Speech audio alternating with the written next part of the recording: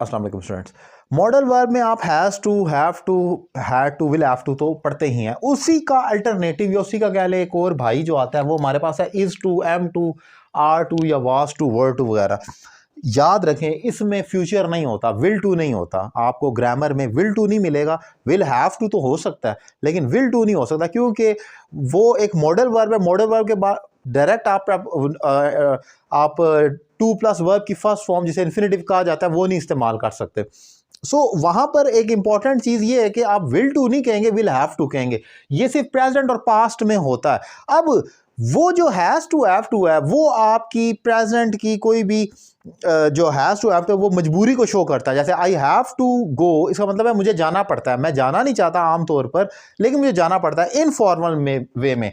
लेकिन अगर मैं कहूँ आई एम टू गो, मुझे जाना है, ये ड्यूटी को शो करता है। ये फॉर्मल हो जाता है और ड्यूटी को शो करता है। अगर आप लेटर, एप्लीकेशन, ड्राफ्टिंग कर रहे हैं तो वहां पर आपको is to, am to, are to, was to, were to का इस्तेमाल करना पड़ता है। जैसे शी इज टू वर्क, इसका मतलब है उसे काम करना है।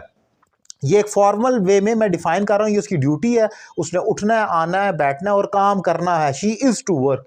और इसी तरीके से अगर आर के साथ ना यू आर टू गो, तुम्हें जाना है, मैं कह सकता हूं you have to go. Grammatically गलत नहीं होगा लेकिन इसका मीनिंग ये भी बन सकता है कि तुम्हें जाना पड़ता है। लेकिन यू आर टू गो का एग्जैक्ट मीनिंग ये बनेगा तुम्हें जाना है। अब अगर ये माजी में जाता है, शी वॉज टू स्लीप, उसे सोना था।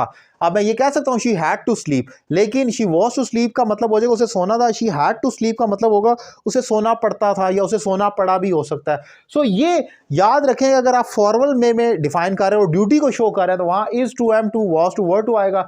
इसका इंटरोगेटिव आसान है, was she to sleep, are you to go, is she to work, she is to work, is she to work. यानी कि सिंपली आपका जो बीच में हेल्पिंग वर्ब है उसको उठा कर स्टार्ट में ले आए तो बाकी फिक्रा उस तरीके से बन जाएगा। लेकिन जो इंपॉर्टेंट एरर है जो अक्सर लोग करते हैं वो फ्यूचर में भी बना देते हैं। विल टू, जैसे she will to go, will she to go, ये नहीं हो सकता।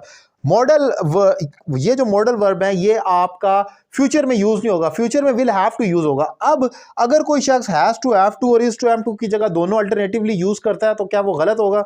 गलत नहीं होगा, लेकिन आपके पास चॉइस है। अगर आप फॉर्मल वे में डिफाइन कर रहे हैं तो ये यूज करें, इनफॉर्मल वे में हैज टू, हैव टू और हैड टू कर सकते हैं तो ज्यादा बेहतर होगा। लेकिन अगर कोई क्या वो गलत होगा तो गलत तो कैटेगोरिकली नहीं हो सकता। लेकिन जब आपके पास चॉइस है और आप सही जानते हैं तो why not to use a better formula, जब आप बेहतर चीज एक जानते हैं। तो ये एक इंपॉर्टेंट चीज थी मैंने डिफाइन की। उम्मीद करता हूं लेक्चर आपको पसंद आया होगा। Thank you very much.